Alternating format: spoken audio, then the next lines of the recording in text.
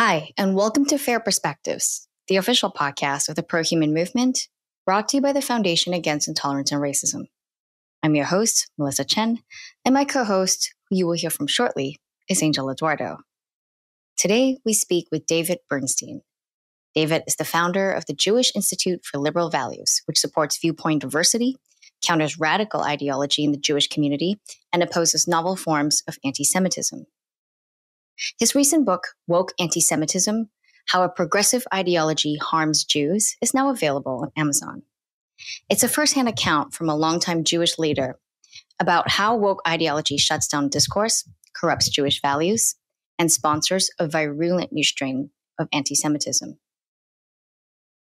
In this episode, we discuss how woke anti-Semitism differs from other forms of anti-Semitism, Jews as an identity group, the difference between identity and identity politics, the role of Israeli geopolitics in anti-Semitism, the pros and cons of tribalism, the conflict between Blacks and Jews, culture as a strategy for living in the world, and what the Jewish style of cancel culture is.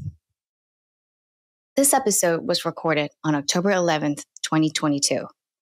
We also discuss in this episode Kanye West's then recent tweet about going DEFCON 3 on Jewish people. Since then, a lot has developed in the story of Ye's anti-Semitism, including multiple further tweets, podcast appearances, and most recently, his announcement of a 2024 presidential campaign with noted anti-Semite Nick Fuentes as a staff member. We hope to have David back on the show again soon to discuss the many updates of the story and the recent spread of this style of anti-Semitism.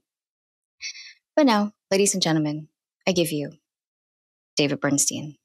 David Bernstein, thank you so much for joining us today. Great to be with you.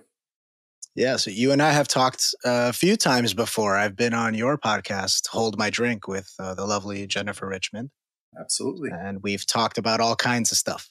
Mm-hmm. And here today we're talking about all kinds of stuff, but I guess it occurred to me last night that the best way to start is to ask you, what do we do with Kanye West?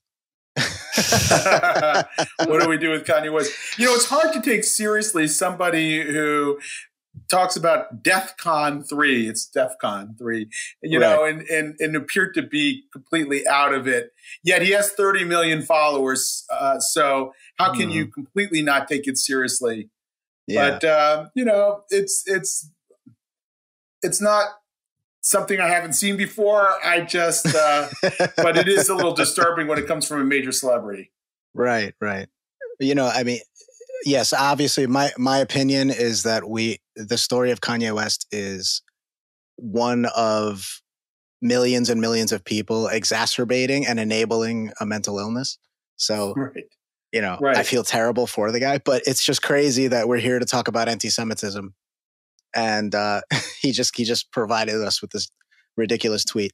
Yes, but not woke anti-Semitism, because in my view, and woke anti-Semitism is something very particular. It's a variant of anti-Semitism that emerges from the current discourse, that's empowered by the current discourse. And this is really a classical anti-Semitic trope that you saw from Kanye. It could have easily been a white supremacist rapper or somebody like that, or actor that would have said something like that. Right. It's madness. But yeah, we're here to talk about your recent book. I think by the time this airs, it'll be out. Yep. So it's called Woke Anti-Semitism, How a Progressive Ideology Harms Jews. And there's a lot to pull out and talk about there. That's a salacious title. It is a salacious title. Why don't we start there? Tell us a little bit about that. Yeah, well, I was going to name it something a little less provocative. And I had a friend of mine who had just read Woke Racism by John McWhorter. And he said, you're going to have to call this woke anti-Semitism. And I thought about it. I want to sell books, obviously. I also don't want to offend too many people. I'm not a overly provocative person. I like to just be intellectually honest. And, but my publisher loved the title, of course, because it's more likely to sell books. And I think the contents of the book are much more nuanced than the title might suggest. So can you go into expound a little bit on what woke anti-Semitism is and why is it distinct from, the non-woke anti-Semitism? Sure. So woke anti-Semitism to me is it's a relatively recent variant of anti-Semitism that sort of emerges out of woke discourse. Woke discourse provides almost a perfect permission structure for a very particular kind of anti-Semitism. When you link identity to privilege in a very fixed way, like white privilege that we see in today's discourse, it's only a half step away to then link Jewish identity to privilege. So the term Jewish privilege, the hashtag, trended on Twitter for a couple of days straight. And we've seen examples of that. There's one great example at Stanford. There was a Stanford student senator that was being sort of brought up on charges for suggesting that it was okay to say that Jews control the media or banking, and that was correct. And he was sort of in the cross-examination of him, several students who were denouncing him said that we have to, though, examine the intersection between Jewish privilege and white privilege. And I thought that was interesting because it wasn't okay to express anti-Semitism in the traditional vernacular of Jews control the world, but it was okay somehow if you smuggled it in through this sort of social justice discourse. And I think that's what we're starting to see happen. There were other examples of that. The concept of equity, that Ibram X. Kendi has articulated, that any group that is sort of on average below the mean must be discriminated against. That's a perfect prescription for anti-Jewish and anti-Asian sentiment, frankly. If any group below the mean on average is being discriminated against, any group above the mean is part of the problem, is complicit in white supremacy, is therefore doing the discriminating. And we see that a lot. But I think the larger point that I want to make about woke anti-Semitism is that it contributes in a liberal society. Anytime you have a dogma, you establish a dogma, you're going to see ever more extreme forms of that dogma. Dogma begets ever more extreme forms of dogma. And that's not good for the Jews, as we like to say. Jews thrive in liberal societies, open societies, where they're able to bring Jewish culture in a very open way, where we're able to debate ideas. One of the most frustrating things about the current intellectual environment is I was brought up around a lot of Jews, and we debated all the time. We debated everything. I learned by debating. And I find it very difficult to be shut down and be told that someone has the truth already about an important topic and that I should just sit down and shut up. And I think, in a way, in addition to it being ultimately, a vector for anti-Semitism, it also shuts down a key aspect of who I am as a Jewish person too. I mean, Jews play a role in society. It's that aversive persona that challenges the status quo. That aspect of who we are is also being shut down in the current intellectual environment. It strikes me as interesting, David, the consequences of what, I guess we'll call critical social justice, is that for the longest time, Jews have, they weren't seen as white, right? By the very people who view white as a moral good. So, that's why, Hitler did what he did. White was good and Jews were not. And so they were, exterminated that way. And now what we're seeing is that whiteness is seen as evil. And so now Jews are painted as part of white adjacent, or as part of, having a lot of privilege.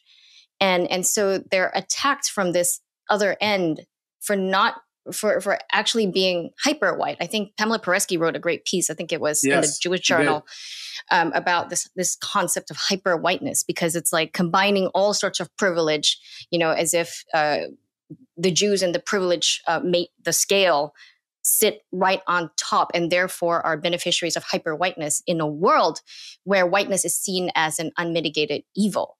And so there's this weird contradiction, right? And so this is where it seems particularly pernicious, because it's adding this dimension of attack. Right. Look, Jews are sometimes seen as the capitalist by Marxists, and they're seen as Marxists by capitalists.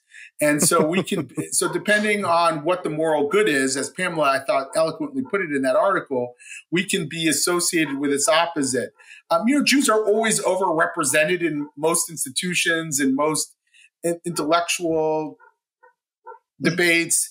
And so, as you said, if whiteness is associated with a moral good, then Jews are not white. And if it's associated with a moral flaw, then Jews are white. And so that to me is disturbing. I also think, and Andrew Sullivan wrote about this, that demonizing whiteness the way that this discourse does is only a half step away from demonizing Jews. If you actually listen to the rhetoric of demonizing whiteness, it sounds, if you just substitute the word Jew for white, it sounds a lot like the most hideous anti-Semitic rhetoric. And so I don't like a discourse that demonizes people, period, in that way, based on some identity characteristics. I think it provides permission structure for all kinds of wrongs. And I think we should push back against that because it demonizes white people, not because it's anti-Semitic or elite anti-Semitism, but it does do that. It does condition people to speak out against people who are perceived as powerful or successful. Right. It's actually, it gets even more complicated. Melissa asked a question that I was going to ask you, and I wanted to dig in a little bit more because even the grouping of Jewish people as an ethnic group is a little bit is unique. It's a little bit odd. It's different from other ethnic groups because it's an ethnic group based on a religion, right? And or religion based on an ethnic group. Some would say. Yeah, but I mean, it's. There are Russian Jews and there are Ukrainian Jews and there, so it's like Ethiopian. Right. Yeah. Because of the diaspora, because of the history, because of the way things turned out, it's now this group that doesn't quite fit into any box, and so it becomes kind of Schrodinger's villain in a way, right? Yeah. Wherever the villain box is, we're just going to put you there because it's easier, right? But that also makes it defy certain conventions in a way, right? Where, and there are some analogous things going on in terms of the way people talk about Jews. It's like this incredibly huge, disparate, diverse group of people all lumped into this one category based on this one label. And so much nuance is just removed. But the weird thing is that Jewish people seem to accept that in a way. They say we Jews, and they kind of take that on in that way. Yeah. But so in my view, the kind of flattening is happening in both directions. Yeah. Look, we want to be most of us want to be considered part of a people, right? We're claiming that it's our tribe. Right. Now, we know that it's complicated. I mean, my mom is a Jew from Baghdad, Iraq, and I grew up with a whole series of customs and foods that look very different from the ones that my dad's European family brought. And if you go to Israel today, you see a lot of people like me that had parents who were, from Yemen and one from Romania, and and so there are common aspects of the Jewish experience and the Jewish narrative and history that bring people together, that make us feel a sense of kinship. But we're also a very diverse people. There's Ethiopian Jews, for example, who have a very distinct history as well, but live in the state of Israel. And so I do think it is a complicated identity. A very famous rabbi, David Hartman, used to say that before Jews ever made it to Mount Sinai, they were slaves in the land of Egypt. In other words, our peoplehood experience precedes our experience as a religious community. So you can be an atheist and a Jew, and there happen to be a lot of atheist Jews out there, and you can even remain in pretty good standing, actually. Right. Yeah. I was going to ask that. Yeah. So, I'm an agnostic. I don't talk a lot about it. You don't really have to talk a lot about it in a Jewish setting. You can, people don't ask you that much about what your true beliefs are. And I suspect that a lot of very committed Jews, even rabbis, probably have serious doubts about, the existence of God and certain religious dogma that, there, and you can kind of question it. Even in Orthodox circles, there are all kinds of jokes about that. So, I'm not, I've been heavily involved in Jewish life. I've been a Jewish professional my whole life. But that doesn't mean I buy into all the religious aspects of it. Yeah. So I wanted to flag this because, and I mentioned the analogy a little bit earlier, but it seems to me very similar in the way that, one can be considered a Jew, one can feel Jewish and feel a part of a Jewish kind of tribal affiliation, and not believe in God and not even practice Judaism in any kind of conceivable way. Right? It's transcended its kind of religious origins, and it's become this kind of ethnic group that then has its own sort of culture and norms and all kinds of things like that are in a weird way disassociated from its origins. And we're seeing similar things happening in the Black community, quote unquote, where there's an ethnicity that was built around this racialized category, and even people who want to break away from racialization and the whole race conversation, and they disagree with the concept of race completely, but they still consider themselves Black, and they still consider that an ethnicity. And there's identity politics happening on that basis. Yes. So it's a weird thing where Jews are doing identity politics in that same kind of woke sort of way in many ways. And I wonder if you've thought of that and what can be done there, because I feel like there's complexity about how do we approach this. Right. So I make a distinction between identity and identity politics. Like, I have an identity, it's Jewish. I have a lot of identities, by the way. I mean, of course, I could go through, we're all complex amalgamation of identities. Identity politics, to me, if we're to understand it in a conceptually coherent way, is a claim that you're being victimized by the system in some way, and based on your identity. And otherwise, I'm not sure how to distinguish that from identity itself. Now, sometimes, by the way, that can be a legitimate gripe, right? I mean, I may be victimized by the system. What makes it illiberal would be if I'm not willing to debate that. If I insist I'm being victimized, but hey, you can't even question that, and I get to decide that for you because of my lived experience. That's what makes it illiberal. That's what makes it sort of quote unquote woke. But that's again, I think you hear some of that in the Jewish community. You hear people saying only Jews get to define anti-Semitism, which I think is wrong. I think that I may have some insights into anti-Semitism that a non-Jewish person may not, because I've experienced in certain ways, and you should listen to me. You should hear me out on that. But then again, there are other data points besides my own lived experience. There's the lived experience of a lot of other Jews who have totally different experiences than I do. And there's also surveys. For example, the Pew study that was done years ago showed that American Jews are the most admired religious community in the United States. So even as we experience anti-Semitism, even as, by the way, we experience more hate crimes than any other group. I mean, if you look at the FBI statistics, it's not even close. But we still are an admired group. So I think it's important that we're able to debate what that means and whether somebody is oppressed.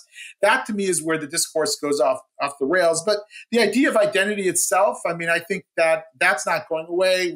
We all are part of various tribes, and we can make claims about what that means in the larger society. I just think we have to be open to discussing them and not becoming dogmatic about them.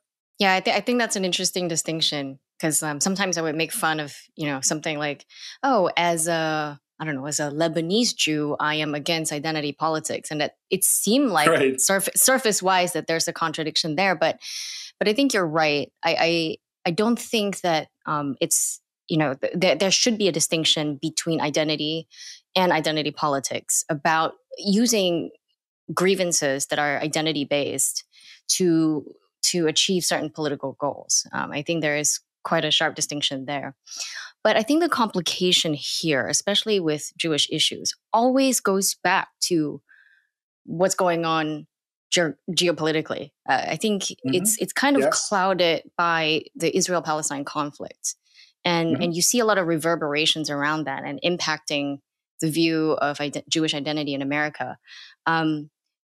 What do you think about this problem?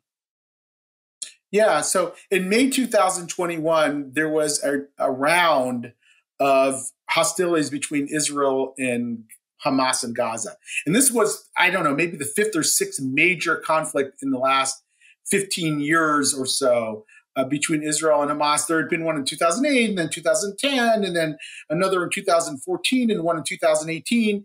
And I have been in the Jewish advocacy world my whole life, and I've been then following how these conflicts play out in the press and so forth. And so one thing I used to do is I would look at all the editorials written about it and mainstream papers and like, and they would follow a pretty predictable pattern. That is that in the very beginning, like a New York Times or Washington Post, would sort of give Israel benefit of the doubt and say, yes, of course, Israel has the right to defend itself against the rockets or whatever was happening. But a few days in, after the casualties started to mount, the dynamics would change. And all of a sudden, they started urging an immediate ceasefire and the rest. And this last round, just over a year ago, was completely different. There was this sort of social media meltdown around it, and Israel was immediately deemed the aggressor. And not much had changed in what had actually happened between Israel and Hamas. There was another round of rocket fire, and the Israelis struck back. Actually, there were far fewer casualties than in recent cases, but it didn't really matter. The intellectual, ideological environment had changed so much. And it was changing the way people were understanding the conflict, mainstream forces. And to me, that was a result of growing wokeness in society. That was the shift that had happened, that had changed the way ordinary Americans were looking at this conflict. And so, I'm people like me who care about Israel. It doesn't mean we don't think Israel is sometimes at fault. Sometimes it is at fault. There are things that I criticize Israel about as well. People should be able to criticize Israel. But, there's also, a sense that Israel's being criticized in ways that no other country in the world is. I mean, 42% of the UN resolutions are about Israel. And, you can't, the UN Human Rights Council constantly condemns Israel and yet can't even get a single thing through about China. It just tells you that there's this strange double standard that's based somewhat on power, too, who has power and who doesn't. There's only one Jewish state in the world, and there are, 54, I think, Islamic states that not all of which have hostile attitudes toward Israel, but many of them do, or they're at least willing to use the UN in that way to signal to their people that they do. So again, I do think that, the Israel-Palestinian issue is one aspect of this, but it's not the only aspect of it. It's also how American Jews, who might be perceived as powerful or complicit in white supremacy, are viewed in this new discourse. Yeah, I don't feel that I'm educated enough at all to have an opinion about the Israel-Palestine thing. Besides, please stop killing each other because it sucks, right? Like the basic kind of ground level. This is awful. Can't we figure something out? Obviously, it's harder than that. But I do remember, the shift in the discourse around it and it's conflated with this thing of Jews being white and therefore their opponent is, Palestinians or people of color. And so it's an automatic, we're just grafting on American kind of social justice politics and racialized structures onto a completely different situation that's much more complicated, which makes it impossible to talk about. But the other thing that does make it impossible to talk about, and you mentioned it, and you also noted in your book that you weren't going to get into it, but it is this thing of criticizing Israel gets conflated with anti-Semitism. And that's a very familiar tactic, right? Like we're talking about this, social justice ideology, wokeness, whatever you want to call it. And the way that conversation gets shut down because things get called racist or people get called racist. And that's a way of shutting conversation down. It is. Anti-Semitism is used in a very similar way. I mean, I've seen it, not everyone, of course, but I've seen this thing of people being kind of hesitant to make a criticism, people being hesitant to even speak about the issue because that claim of anti-Semitism is going to get hurled at them. And I've seen that claim be hurled at people and have it work. I've seen them shut up. And, as you mentioned, like we have to be able to talk about this stuff. So agreed. It can be Jews can be illiberal. I mean, there are Jews, by the way, who advocate for liberalism, who are very intolerant about criticism toward Israel. It might become illiberal in that context. They're being hypocritical in that sense. So I think people have to be able to have open criticism of discourse around Israel, and we shouldn't try to do that. It's complicated because there's so much hostility toward Israel in the world. And so what happens in the U.S. in particular, where American Jews are strong, at least in U.S. Congress, we don't dominate Congress, as some people say, but, Israel gets 400 votes on a congressional resolution and what have you. That's because American Jews are well organized politically, and that manifests itself in how we're able to operate in Congress, or how a segment of the pro-Israel community is able to operate in Congress. So that power politics is sometimes exerted as a counterbalance to the scourge of hostility that Israel faces in almost every other realm. And it's very tempting for U.S. Jews to try to win wherever we can, because we feel like we're losing everywhere else. But, that can easily bleed into illiberalism, and people should be able to criticize a country. I mean, it's just I was going to say, like, what you just said, trying to win wherever you can because you're losing everywhere else. That sounds familiar also. Yes. Right? That sounds like a familiar tactic. And then it becomes the ends justify the means. And here we are again. And it just strikes me, actually, something I wanted to ask you, because you're the co-founder of the Jewish Institute for Liberal Values and also the Institute for Liberal Values, if I'm not mistaken. Mm-hmm. So here we go again, right? It's like, I'm just curious because it seems so strange. It seems like if we swapped out Jewish people for white people, right? And then people started using this "we" language about whites. They're like, "Oh, we don't dominate this. We're trying to take over. We're trying to do this. We're trying to win this. We're trying to get this." That's scary language to me. But when we swap Jewish people in, it's not seen the same way, but the behaviors can be very similar, right? Like, what is we? Who are we? What does the we mean? Yeah. And are we treading on dangerous ground here? Do you see what I'm trying to say? Like, I'm not sure if it can be. We is always a dangerous ground. Like, right. I don't think you escape that, but it doesn't mean that we doesn't exist in some abstract way, and that people shouldn't connect to a tribe and feel a sense of pride or support from that tribe. It just, that we are tribal people. So how do we do that without shutting down democratic discourse in society? That to me is the trick. But I agree that it can be complicated. I mean, if I'm claiming to be part of a tribe myself, can't somebody criticize the tribe? Well, I think to a degree the answer is yes. You can be critical of what it means to be part of this tribe, but are you being demeaning at the same time? Are you tapping into long tropes that exist in society that have been used to hurt people? I think we always have to be aware of that when we use our free speech. I just wrote a piece that I think you all shared in the Fair Substack about the critique of culture. And a lot of times that's used to critique the culture in the Black community. And I think that cultural critique is really important. We should be able to critique cultures because culture is an actual explanation for why there are differences or why there are problems. You have to be able to talk about them. But at the same time, you have to be careful, because there is a long history of weaponizing culture critique and being demeaning about other cultures. So how do we achieve that? I think is always a little bit touchy, but necessary. And that's why you want a society that's able to talk about things where people aren't constantly trying to shut each other down, and they extend the principle of good faith when they talk to other people as much as possible. I mean, you're the person who talks most about that and has really defined that for the rest of us. So I think that, I know when I'm talking to a person of good faith usually, and I think that's a really important to be able to do that. And, and someone like, you says to me, well, I don't understand why you need to identify as a Jewish person, how that can't be weaponized or liberal. I'm willing to have that conversation with you and explore it and go there, because I know you're not trying to tear me down. Yeah, of course.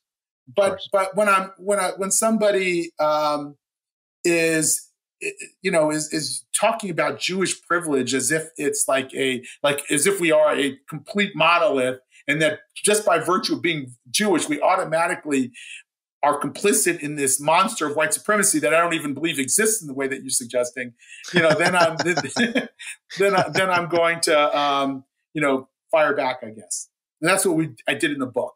There's this concept of the ummah in Islam, right? Like the global Islamic community. And it also exists as a very, very strong we.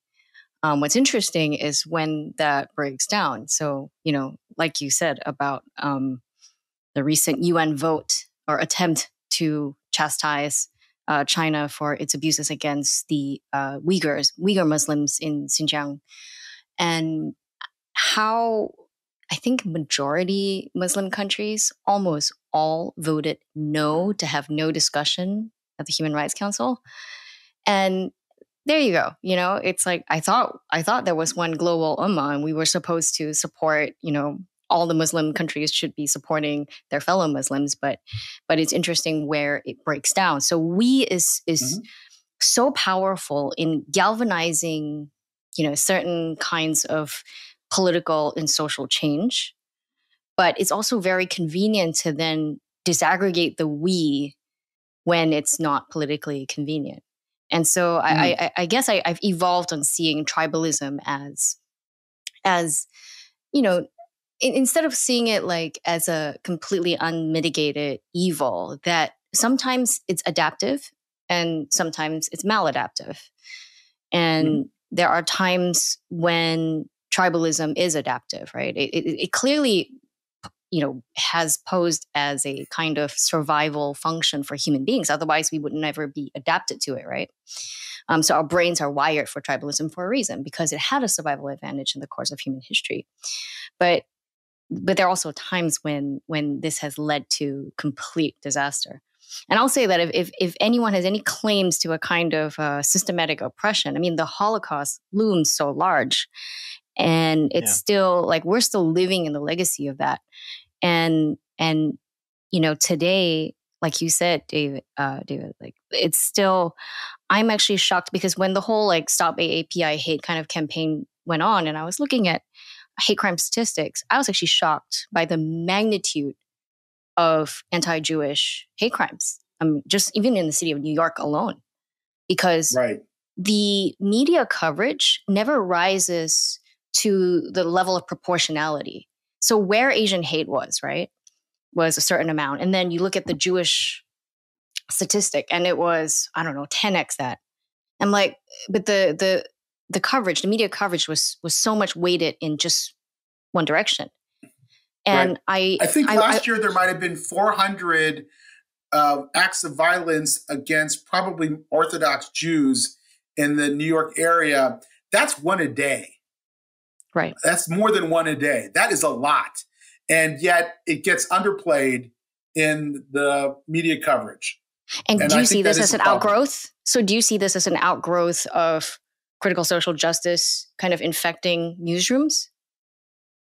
Yeah, I think to a degree it is. I think it doesn't adhere to the narrative that that Black people, and these are committed by Black people, are victims. And so as a result, they don't want to talk about the race of the perpetrator, which can be hard. It is emerging in a very specific social context.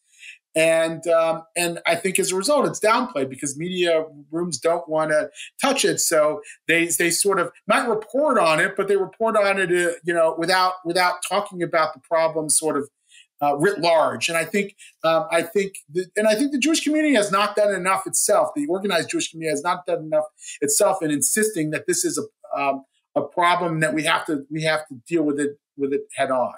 I don't think let's say the non-Orthodox Jewish community has been particularly good allies to the Orthodox Jewish community that has been targeted by this kind of violence. But are there deeper roots between these two communities? Because it's very similar for what you're saying now is very similar to what's going on with a lot of anti-Asian hate crimes, right? Like the clips that go viral. And then you look at these clips and the media reporting on it, and it's like one of those things where it's kind of an awkward silence. Is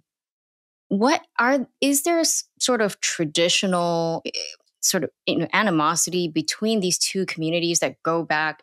Are there some roots there, some baggage that hasn't been resolved? Yes, I think that there is some baggage going back. If Jews and blacks at one period of time lived very close proximity to each other. At one point, I heard the statistic that something like 60-some% of New York City school teachers, I think it was 1963, were Jewish. Now, I'm looking. I don't know what the statistic is today, but I guarantee you, it's not 63%. It's probably not 16%, and I would even doubt if it's 6%. And that just tells you how much things have changed. Jews have left the inner city. When they were in the inner city and they were more proximate, there were all kinds of tensions between Jewish landlords and store owners and black folks and so forth. So those tensions were there. There was also the civil rights movement, which was a movement that was very much sort of black and Jewish in a lot of ways. And there were a lot of Jewish leaders in the civil rights movement, but there was also resentment that went along with that. And there was sort of the black power movement that came in the late 1960s that sort of wanted to be authentically black and to sort of rid itself of the influence of white leaders in the movement. And so there was a lot of hard feeling on that. Then you had Louis Farrakhan coming in, who's just a complete anti-Semite. I mean, he just, and a lot of the black community said, well, listen, you might be right about him being an anti-Semite, but, he's a leader and we're going to continue to go to his marches. And that caused a lot of resentment among Jews toward black people. So there are these resentments, and it tends to play out in places like New York City, which is a pressure cooker. And you see this with Asian resentment as well. I live next to Prince George's County, Maryland, which is 60% black, and it's got, I think, about a 5% Asian population. And there's not been a single instance that I could find of black on Asian crime. Okay.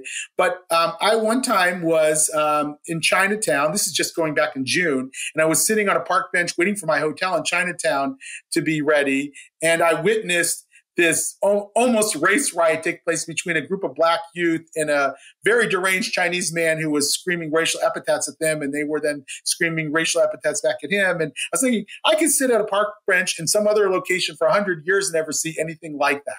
And I do think that New York has some very specific dynamics. People live very close to each other. So these resentments are much more likely to appear in everyday life in ways that you're not going to find in other places where people are, frankly, more separated from each other. So I do think that that's part of what's going on. But there is a long history of that. And there's a history now, I think, of Asian black violence too. And you can see some of this play out in Spike Lee's movie, by the way, Do the Right Thing. It's a great film, and it really goes into some of the resentments that exist in communities. I don't think, was that New York? I think it was New York, actually. Yeah. There's a scene of three black men living on a park bench wondering why the Korean dry cleaner was able to, set up his shop and they weren't able to set up shop you really felt that pain that exists there. And I think sometimes that pain is turned into anger and even violence there. Yeah. I loved Do the Right Thing when I saw it. And then I heard Spike Lee talking about it and it totally changed my opinion of the movie. Right. Because he seemed to understand the film differently than I did. Right. Because I walked away from the movie going, see, this is exactly the problem, is seeing one another in these ways where we essentialize and we divide based on these identity categories, and we don't see that we're all in this neighborhood together, and that, this Italian pizzeria that's been around forever is a part of your community. It doesn't matter if the people are not black like you are. And it's so I walked away from it understanding all these things and appreciating all this wonderful nuance. But then, someone asked Spike Lee, and so I was reading up on the movie afterwards because I was interested. And someone asked him, the big moment in the film is when Spike Lee himself, playing a character, picks up a trash can and throws it through the window of the pizzeria.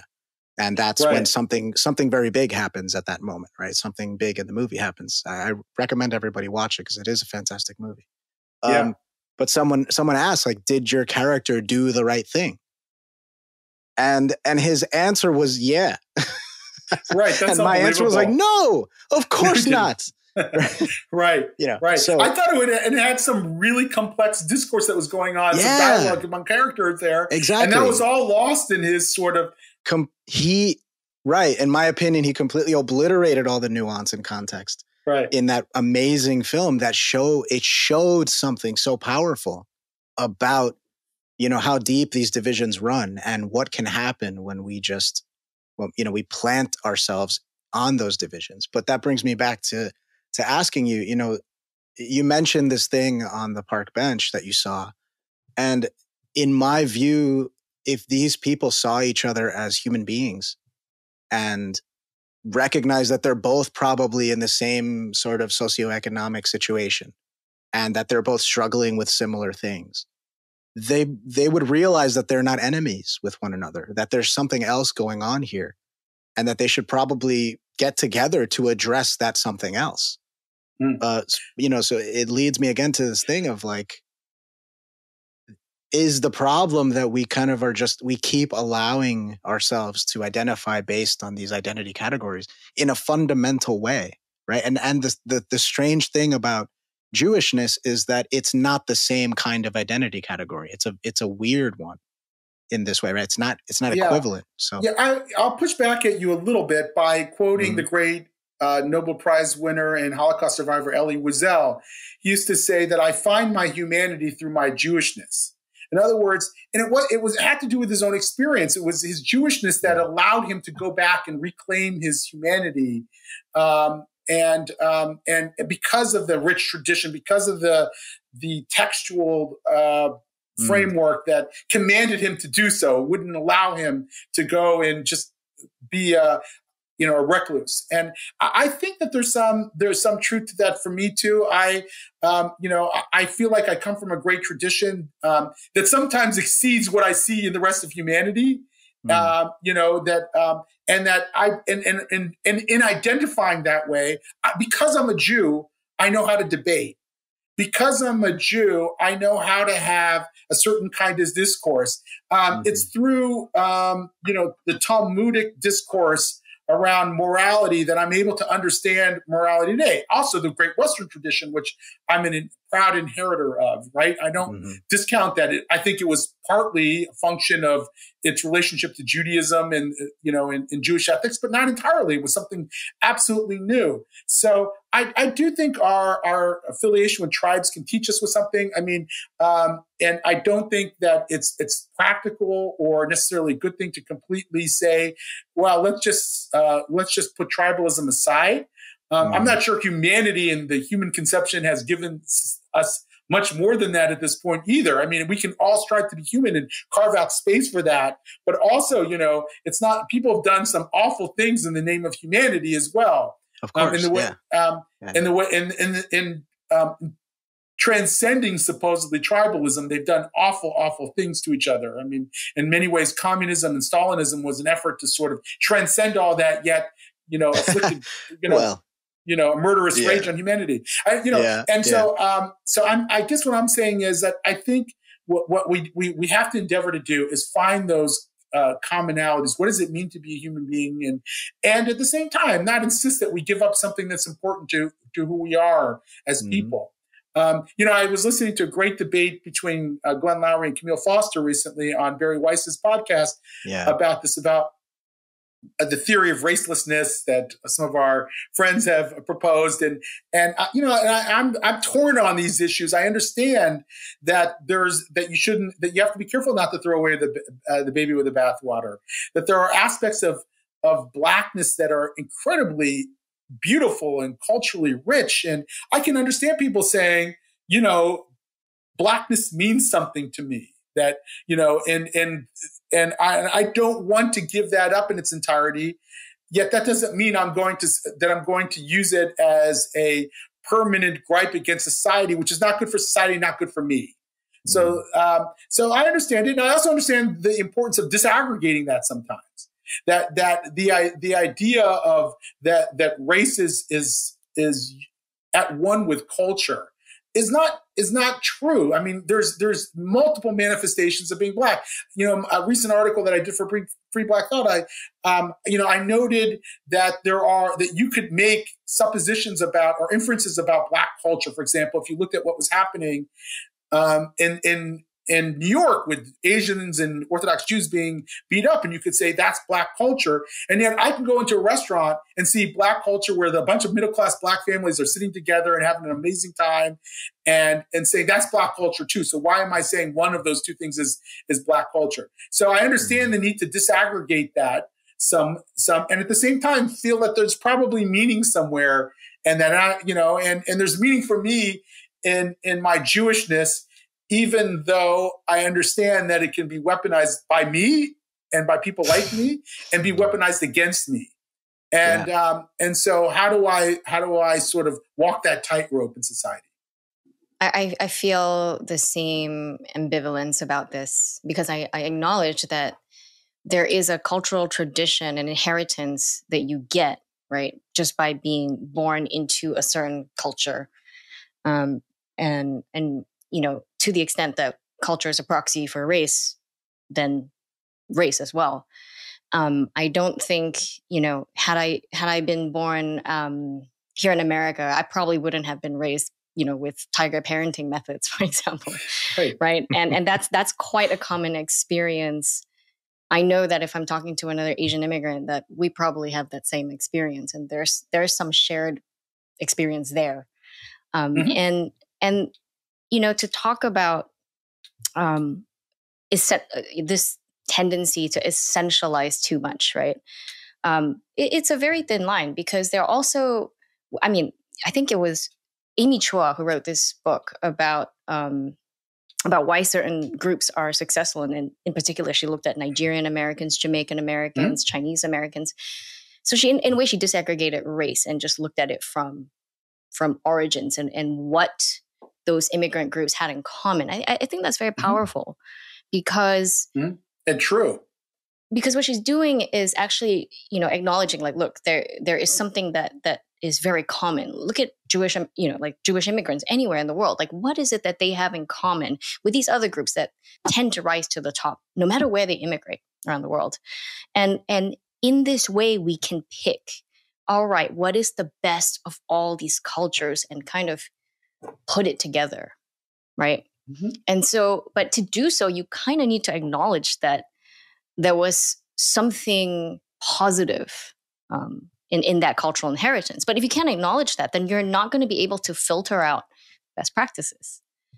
And so there's this, So I think that's where, if critical social justice is allowed to flourish, that we will lose this aspect, right? It's going to be hard for us to filter out. We'll pretend it doesn't actually exist when it does. And what's worse is that you also need that discourse in order to lift yourself up. If you have cultural practices, and any community might, maybe the tiger mom thing won't work for the next generation of young Asians, right? Maybe there's too much mental health problems that go along with it, and in this environment, you have to watch out for that. So it becomes a way for you to collectively change. We know. There are certain cultural tendencies in certain segments of the Black community that are probably not healthy. And if for example, if this idea that if you're a good student in the Black community, in certain places in the Black community, you're acting white, if that's a thing, and some people say it's not a thing. Well, many people dispute that. Right, many people dispute it, but I've heard many Black leaders fully acknowledge it. Even President Obama. Obama acknowledged that. President Obama acknowledged that and said that's a problem. Doesn't mean it's a problem everywhere to the same degree, right? Like, we have to be nuanced about it. But if it is a problem, you want to have the capacity to talk about it so you can lift yourself up and you can start to talk about the cultural ailment that is actually holding down people. And of course, Coleman Hughes had an amazing conversation about this at some point where he was talking about growing up. He had Asian friends and Jewish friends, and he would he would see the sort of tiger mom dynamic and the, like, you're going to do your homework before you do anything in the Asian families. And he would see the debate phenomena, like, debating around the dinner table that exists in a lot of Jewish families. we might have had been a little bit more tiger momish, by the way, in our early immigrant days. Like I grew up with a mom from Baghdad, Iraq, and and she had she was a bit of a, you wouldn't call her tiger mom, but she had some of that as well. Like and so I think that those things are important to notice, and to and they give us some instruction on how we might want to structure our family life. And even me as a Jewish person, I can think, it makes me realize that there was something in my cultural heritage, just like this debating and talking, that I brought to my family, every Friday night for a long time. Now my kids are getting old and they don't want to always sit down and have dinner with me anymore. But, we would sit down at Shabbat dinner and I would raise a question for debate. And then they would say, no, let's talk about, something completely different. Like, do video games cause violence? And then I would say, okay, that's cool. And then I would say, of course, video games cause violence, obviously, because in France, no one, they play video, where they have, there's not as much violence because they don't have guns. But in America, they cause violence because we also have guns here. And the kids look at me like they want to kill me. And that's exactly what I'm looking for. Like, proving your point. Yeah, exactly. Exactly. You want to cause violence against me right now. That's because you're playing too many video games. But, I think that's awesome, to have those conversations, and it teaches them how to think. Right. And we should spend a lot of time teaching them how to think. And I think if I was just a humanitarian, I think if I was just pro-human and nothing else, I would lose a little bit of that in the upbringing of my kids. I would lose a little bit of that connection. Okay, so this is fascinating. I love this because so here's where my intuitions might be different, right? The way that you're describing this. So, okay, culture, as far as I'm concerned, is another way of saying it's a strategy, right? A culture is a strategy for living in the world. And that includes, things that are not necessarily directly applicable to success in any kind of way, but it's, this is how you have a good time so that you feel good, so that you can be happy. Or this is how you set yourself up so that you can do this sort of work and, excel in this way versus that way or whatever, right? That's what I see culture as. It's a very complex, multifaceted strategy for living. And people have different ones, and culture gets passed down, and it's a kind of a game of telephone. It shifts from generation to generation. It changes. Some things carry over, and it adapts in that way. So it's very fluid, right? And there are different kind of versions of similar tactics based on ancestry and culture, right? So you're talking about the Talmudic sort of tradition of debate and argument, which is beautiful and wonderful, and you're grounding it in the Jewish context within which you received it, which is great. But there's something behind it, right? It's the Jewish context is the context, but it's not the thing itself. The thing itself is this appreciation for debate, appreciation for discourse. And that can come from any number of places. It just happened to come from that place for you, right? And the tiger mom thing came from, that particular context for a bunch of different reasons. And it's going to have its own flavor to it and all that sort of stuff, which is great. But what's behind it is discipline and, these sorts of things, right? So you can reduce all those things to fundamental principles that then can be translated into all these other areas. So I would just caution people not to essentialize the whatever the trait is or whatever the tactic is, whatever the approach is, to the context within which they got it. Because that's maybe where the problem arises, right? And the other thing is that it's happening in the other direction as well. The essentialism is happening in the other direction, where people say, people want there to be a Black culture. And that's a really strange concept to try to graft onto things, because we have Black culture in Mississippi, Black culture in Illinois, Black culture in Indiana, Black culture in Florida, and they're not the same. So what is this thing that we're trying to group it into, right? But they're not the same either. In other words, you can disaggregate to a degree, but there are some aspects of it that are probably cut across geographic lines too, even if they're different experiences. When we were together, Angel, in June at that retreat in New York, and there was a jazz artist, Donald Harrison, who came to perform. And by the way, I think there were just 2 out of the 4 musicians were Black. The other 2, one was Jewish and one was Asian. It was unbelievable music, and I've heard jazz before. It's just, but there's something about it. I fear that there's a little reductionism in that. There's a whole discourse now around how that you can find an ethic of excellence within jazz and it's called, Greg Thomas talks about this a lot. Yeah, Greg Thomas talks a lot about it. And Albert Murray wrote about it in the Omni American, his great book about it.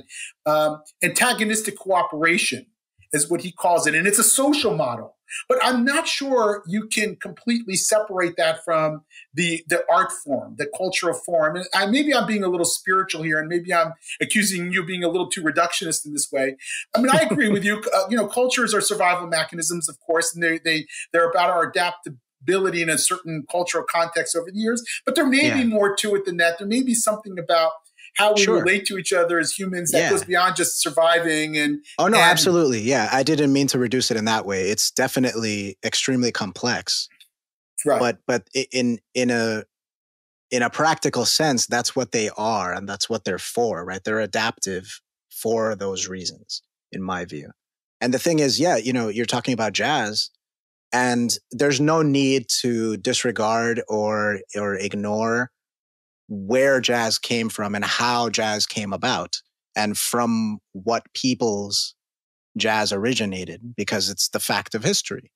But essentializing it in a cultural way, right? So, to jump to something else, this thing of like Eminem can't really be in the group. He can't really be in the genre of rap.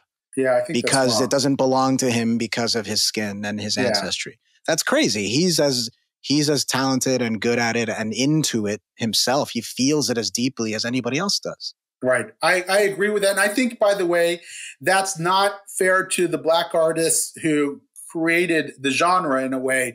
You're basically saying it's only for them. I mean, you've done something so powerful that you've spread it in humanity. I mean, some people said that Black Americans are, person for person, the most culturally influential people in the entire world. And I think there's some truth to that. I have a son who happens to be a R&B singer. He's 25 now. And, when he was a teen, he was doing some volunteering in some projects, and, he can stand up and just rap off, impromptu and on anything. And some of the other kids were watching him sing and rap, and they were like, wow, you're by far the best at it in this group here, and so I think that's an amazing contribution to humanity. And I think that cultural appropriation is totally the wrong way of thinking about a social model. And some of this is really, it's a criticism of a social model. I think a much better social model is doing what we're doing here and probing each other and challenging each other. And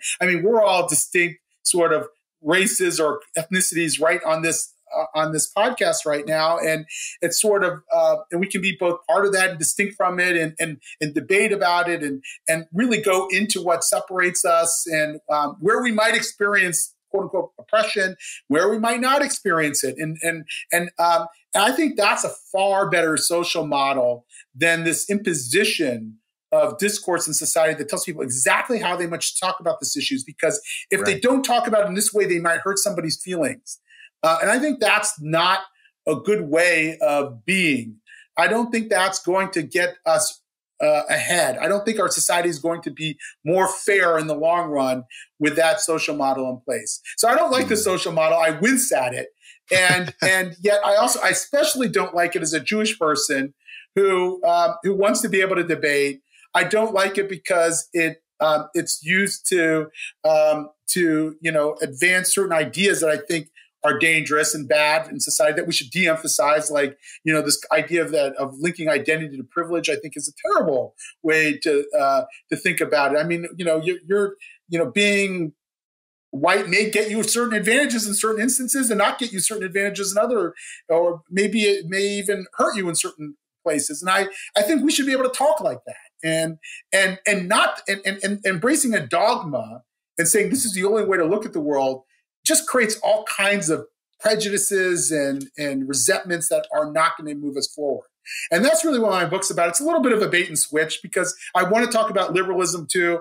I want the Jewish community, and this is partly, I come out of the Jewish world. I've been CEO of a major Jewish umbrella organization and headed up several organizations. And I watched it lose its liberal moorings. I watched organizations taken over, just like the ACLU was taken over almost overnight by this ideology. I watched it happen in the Jewish world too.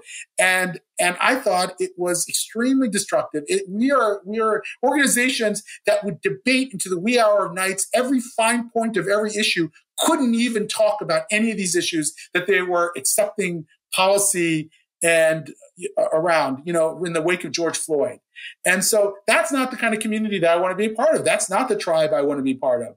And so it's a critique of that too. It's not just about anti-Semitism. It's really about what kind of communities do we want to live in? Do we really want to live in communities that are walking on eggshells all the time? Do we really think that's going to advance human dignity?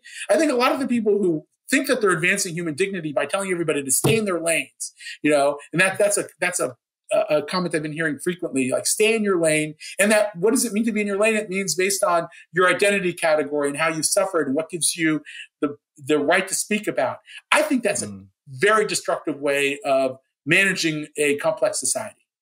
Yeah.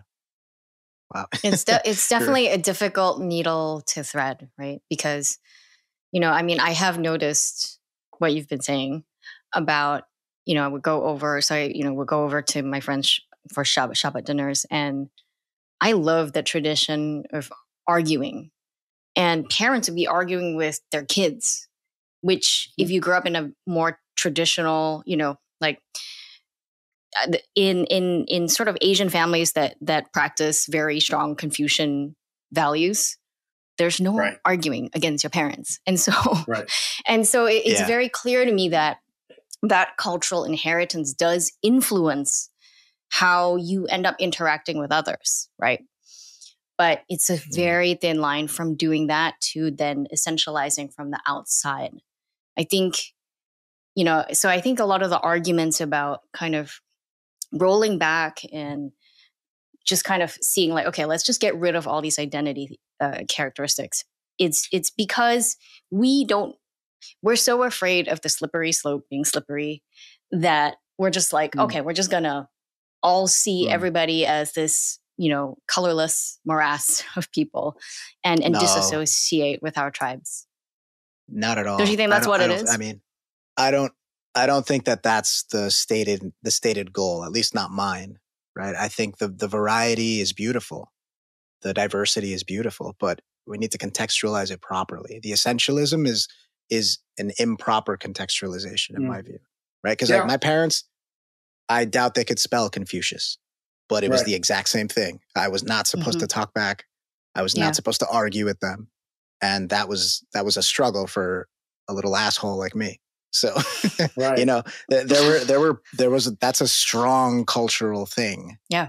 That, you either get or you don't, depending on whatever the history is and how the intermingling happens and all that sort of stuff. By the way, it didn't exist everywhere in the Jewish world. There was more of a sort of a authoritarian model in my Iraqi Jewish heritage than there was in my Ashkenazic European Jewish heritage. You could still probably, I have no doubt that an Iraqi Jewish family argued at the Shabbat dinner table more than their neighbors, their non-Jewish neighbors did. I think that there was some of that there. But it was really more a function of my Ashkenazic upbringing and the people that were around me. I mean, I'm very proud of my Iraqi heritage. I love that part of me. It's beautiful. It's culturally rich. It's more fun, by the way. It's way more fun than the European form of Judaism. With crazy traditions and people who are close to each other. And so I really love that, but it didn't have that. It didn't have the same kind of debate ethos as Ashkenazic tradition did. And, one of the things I talk about in the book is, I found myself in yeshiva, which is a Jewish seminary, ultra-Orthodox yeshiva, black hat yeshiva early on. And we were studying Talmud. We were learning to study and Talmud in pairs, what are called chavruta. And you take a little piece of tract of Talmud and you debate about it with your chavruta partner, who usually knows more than you do if you're a student. And sometimes people who are of similar knowledge will be chavruta and they'll study together. And I'm sitting there, and all of a sudden, a guy stands up in the middle of this, it's called the Beit Midrash, in the middle of this room where all people are studying together, and he starts screaming loudly at the guy across from him. Screaming. And I'm like, what are you doing? And I realized that actually that's par for the course in this environment. That trained us on how to argue. Now, of course, that didn't mean you could argue anything you wanted in those environments. And you couldn't argue that, God doesn't exist, or you couldn't argue that Moses didn't receive the Torah at Mount Sinai. But once you get that training, once you learn how to reason in that way, it becomes very hard to confine that within the Jewish tradition. So there are people like me who say, oh, yeah, I now know how to argue based on the Talmudic exchange. So I'm now going to question everything, which is, of course, what I did. Yep. They didn't plan a fail-safe there. Right. They didn't. They couldn't really pull it off. They couldn't really pull it off. And that's why so many Orthodox Jews over the years produced great non-Orthodox Jewish thinkers who thought, because ultimately they were teaching people how to escape their own theological bondage in a way. I'm reminded of George Carlin talking about his upbringing. He went to a very strange Catholic school in New York City where they didn't have grades, and they had a very interesting model for teaching. And they basically sowed the seeds of their own demise with him. They taught him to be rational and reasonable and argue well and question everything.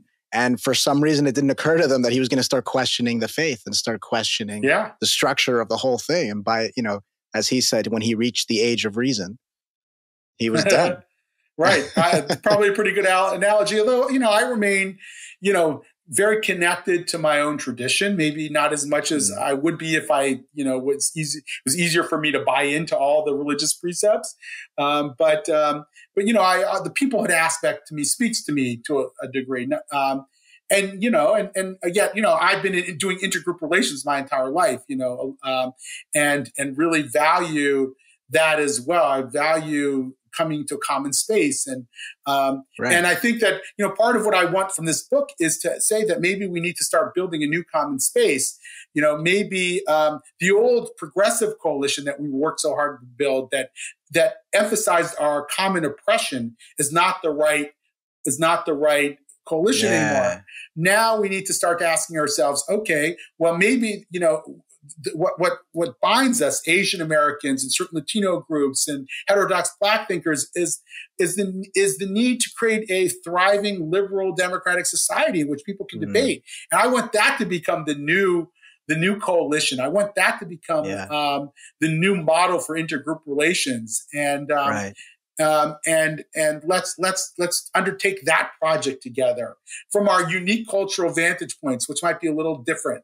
But let's get to know each other and work on that. I had a very interesting experience not too long ago. I spoke at a mainstream Chinese American group. There were like 600 people in the room. I'm not going to say which one.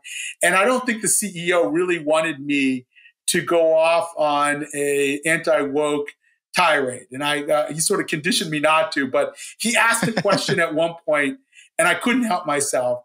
And I started talking about how, are you oppressed as Chinese Americans? I don't think you are. I'm a Jewish American. I don't think I'm oppressed. It doesn't mean we don't face discrimination. What is the right narrative for our community in this society? Is it the oppressed versus oppressor? Or is it something that I call patriotic pluralism? Is it the idea that we can be both patriotic and love the country, but also understand our pluralism? I think that's the right narrative for ourselves. And I got thunderous applause and people coming. I couldn't even get out of the room afterwards. So many people were coming up to me and wanted to talk to me. And I think I surprised the head of the organization, who agreed with me privately, but was scared that his own community would reject him if he was too vocal about it. And I think that's what's happening in a lot of these communities. Like, there's a silence that people are pretending they're playing a part and pretending like they're woke so that they can still fit into that progressive coalition. And we haven't fleshed out this new vibe yet enough, this new opportunity enough for them to start to say very publicly, we are going to be part of that coalition. And we're going to be part of. We're going to and defend. You know, what makes America great, and what makes us wanted to come here in the first place. Well, I was just going to say, you're giving me this. It just occurred to me. I never thought about this in this way, but you know, I've been to protests and I've been to concerts, and there's a similar phenomenon for me going on. I get goosebumps at both things.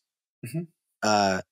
You know, especially you know, when the artist is someone particularly dear to me, you know, I've listened to them for a long time or something. Right. You have this mass of people and they're all expelling all this energy because they love something so much, right? Everyone in that room paid money to see whoever this band is or whatever. And obviously because they enjoy it, obviously because they like it, probably because they love it. And when a song comes on that everybody loves, they scream and there's this energy. Right. And it's so powerful. And it just occurred to me how different that energy is at an angry protest. It's the same kind of energy where all this emotion is being expelled by all these people in this mass, and it has this gravity, but it's you know, they're trying to fight for something, but there's a negativity tinging it, and it changes the way that it lands for me. Yeah. And you know, but there are righteous protests. No, there are, of course. There are righteous protests, yeah.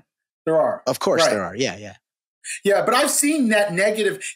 Right. Yeah. You know, when Black Lives Matter erupted, there was a part of me that really wanted to be part of it. As somebody who really related to the first 1960 civil rights movement, I would have loved there to be a sequel to that, right? And you know, and I didn't quite know what Black Lives Matter was when it first came out, of certainly like, you know, Trayvon Martin and then Michael Brown and the rest. And I'm always in New York. I'm a frequent in New York. And I was walking through the city and I saw a Black Lives Matter protest that was taking place there.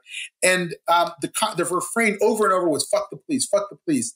And I thought to myself, this is the sequel to the civil rights movement of Martin Luther King Jr., you know, and it just felt very angry. And I'm not saying that there was no legitimate gripe in there, but to me, it did not sort of tap into our common humanity, our higher sense of purpose that you would have gotten in a concert, like when people are together, or to a righteous protest. And I think that that's what I'm after. Is to find those higher sense of purposes where people can come together and have the kind of experiences you talk about. Yeah. Or there's a smaller analogy, you know, like when you're having a conversation with somebody and then you both start complaining about work, right? That's you can connect with a stranger complaining about how much you hate your bosses, right? Right. And there's a connection there, and it's a way to bridge the divide and break the ice and all that stuff. But it's a very different feeling when you suddenly start talking about a movie you both love, or an activity that you both are really into. Like if you're both into CrossFit and you start talking about technique and all this stuff, you're getting engaged and you're getting into it and you're connecting with each other. But there's something fundamentally different about those two kinds of connection.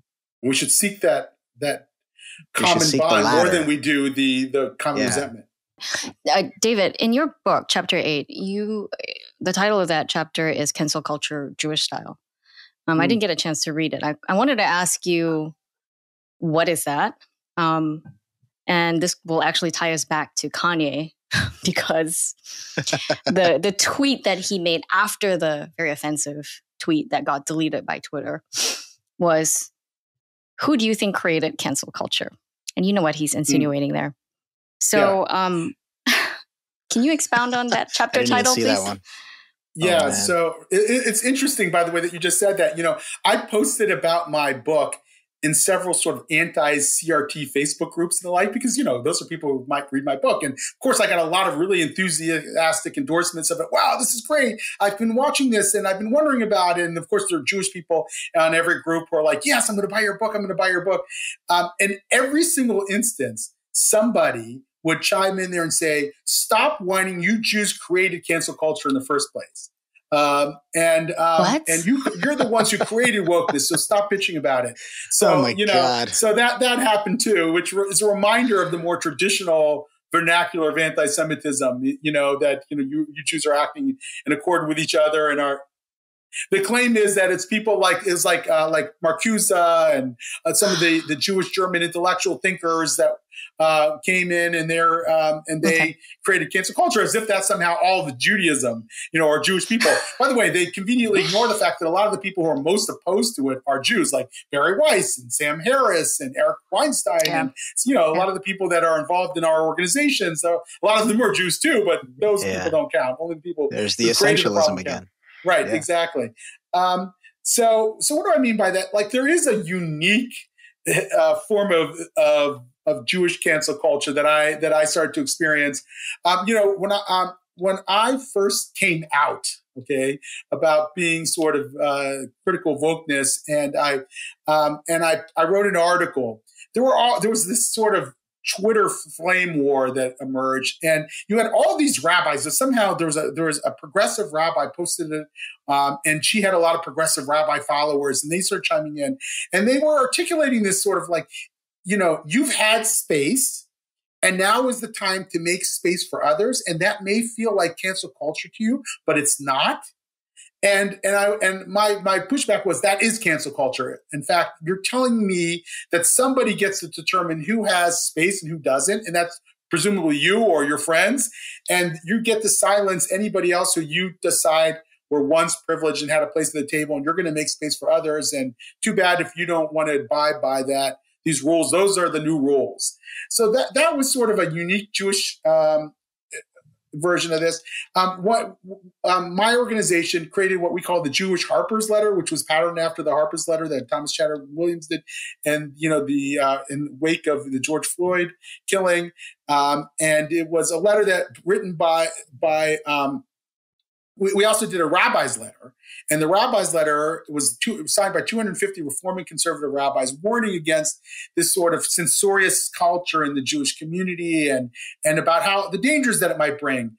And there was a prominent woman conservative rabbi who posted in a rabbinical listserv that she has real problems with the current environment, and she doesn't think it's open.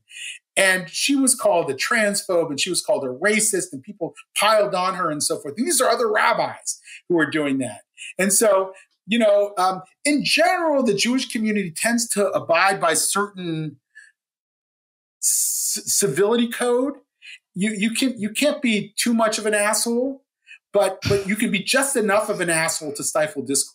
And I saw a lot of that on the front lines of this, and it manifested in all kinds of ways. I have this part of that book, I think it's the previous chapter, I called the McWhorter test. Batya Ungar-Sargon, who I'm sure you all know, she wrote a book on woke media and the like. She was the editor of the Forward editorial page, and she decided to profile a bunch of Black heterodox thinkers like Glenn Loury and Coleman Hughes and John McWhorter. And she experienced tremendous backlash from that. And people were calling her a racist, and she ended up leaving the Forward over those controversies. And I was the head of a Jewish umbrella organization, and I yearned to bring some of those voices to the table, but knew I could not do it. Knew that if I tried to do it, I would also be similarly accused, and allowed myself to be sucked into all that. That's cancel culture. It's not, to me, cancel culture is not just about being canceled. You have to also, what is the culture part of it? What kind of culture keeps people in their place and doesn't allow them to talk and doesn't allow us to engage in a free exchange of ideas? So that's what I mean by that. It had some very specific manifestations in the Jewish community. One of the events that happened that really traumatized me in all this was a Jewish social scientist named Ira Sheskin and another one named Arnold Dashevsky wrote an article saying that a recent study on the number of Jews of color inflated the number of Jews of color. It's not 12 to 15%, as they said, but it's more like 6 or 7% based on the most recent survey data we have. They were absolutely lambasted. There was a petition drive that was signed by 2,000 Jews, many prominent Jewish names, basically calling them a racist. And the head of the reform movement, I've said it publicly, so I'll say that again, accused them of white intellectualism. for just simply challenging the demographic findings of a very poorly constructed social science survey. And I was asked to sign that letter, and a lot of the people I knew were signing that letter, and I just thought it was awful. It was awful. And I called Ira Sheskin, who I've known for years, and I said, Ira, I'm sorry. I can't say anything because I had an umbrella organization, and a lot of people who criticize you are part of my organization. And I would get pushed out if I did that. He said, don't worry about it, David. I understand. I completely understand. But I don't understand. Like, that's not an acceptable price for me to pay. And that's that's cancel culture Jewish style. And I wanted to push back against that because that's not the tribe I signed up for. So yeah, these are real issues. And there are all kinds of examples of that, people being bullied by people who are supposedly very righteous. In the name of the righteousness, they bullied people who they thought, didn't sing from the same song sheet. And I thought, okay, and they don't even realize, of course, they think that they're being righteous. And so I wanted to push back against that. I don't think that's who we should be. I don't think that should be the new culture of the Jewish people. It should be replaced by this vibe. The other thing that I saw, and it was happening everywhere, so I don't want to make it unique to the Jewish community, is what a guy named Matt Bruneck called identitarian deference. And that is that, that you decide that your institution, which might be dominated by quote unquote white people, doesn't have standing on these issues to articulate a policy on systemic racism. So you empower certain people on your behalf to make those decisions. It might be in the case of a Jewish organization, we're going to hire a Jew of color who will be our head of diversity, equity, and inclusion. And that person now basically gets to decide our attitude about these very complex social issues. And once they make that commitment, they sign on the dotted line of deference, they have no maneuverability anymore. They're now stuck in this. So even if they say, well, maybe we went a little too far, they can't get themselves out of it because they've already sort of signed the contract on that and they've thrown away the key in a way. And I think that that's destructive. And I think that's why, even if the political winds change, even if it becomes extremely politically disadvantageous to articulate woke ideas in public, a lot of these institutions are just sort of stuck with those commitments that they made. And I think that's why they say that politics is downstream from culture. I think institutional life is far downstream from politics. And it's going to take a while to transform to sort of reclaim institutions, if we're ever able to, from making those commitments early on. I think it's great that you're calling this out because, I do think cancel culture is universal. There's a version of it that is in the Asian community too, right? And because we do live in a world where identity politics is so prevalent, it's easier for people within the community to point out things that are wrong with the community, right? It's just easier to do that, and it almost holds more weight. So right. It's a good thing that you're calling it out. David, we're going to move on to the last question, which is the same question we ask everyone. At FAIR, we like to cultivate a pro-human approach to a lot of the contemporary issues that we face. What does pro-human mean to you, and how can everyday people model that? I think pro-human means looking for what we have in common with each other and not looking for what we divide each other, to create discourse that allows us to explore our common humanity and explore what makes us differ too, like to give ourselves space for that.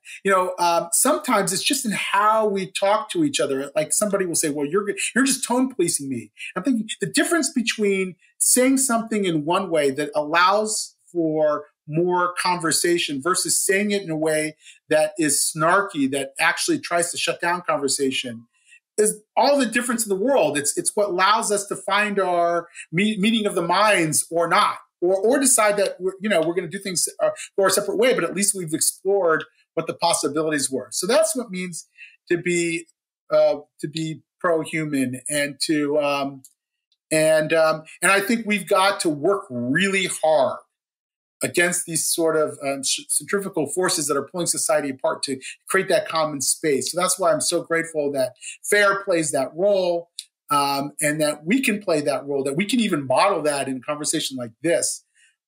Even if we don't agree 100% on everything, we have a discourse that allows us sort of think through and argue and find where we might, maybe you agree with me more 5% than you did before. And maybe I agree with you 5% more than I did before. And that's progress. And that's pro-human. That's really beautiful. David Bernstein, thank you for joining us. Thanks for having me. Thank you for listening to Fair Perspectives. If you'd like to support the show, you can do it by subscribing on YouTube and on your favorite podcast platform and leaving us a positive rating and review. You can also access exclusive podcast content, such as Q&As and bonus episodes, by visiting us and signing up at fairperspectives.org. For weekly fair news and opinion pieces by members of the fair community, visit our Substack at fairforall.substack.com and tune into Fair News Weekly wherever you listen to podcasts. If you'd like to join or support the pro-human movement, visit us at fairforall.org/join us. Thanks again, and see you next time.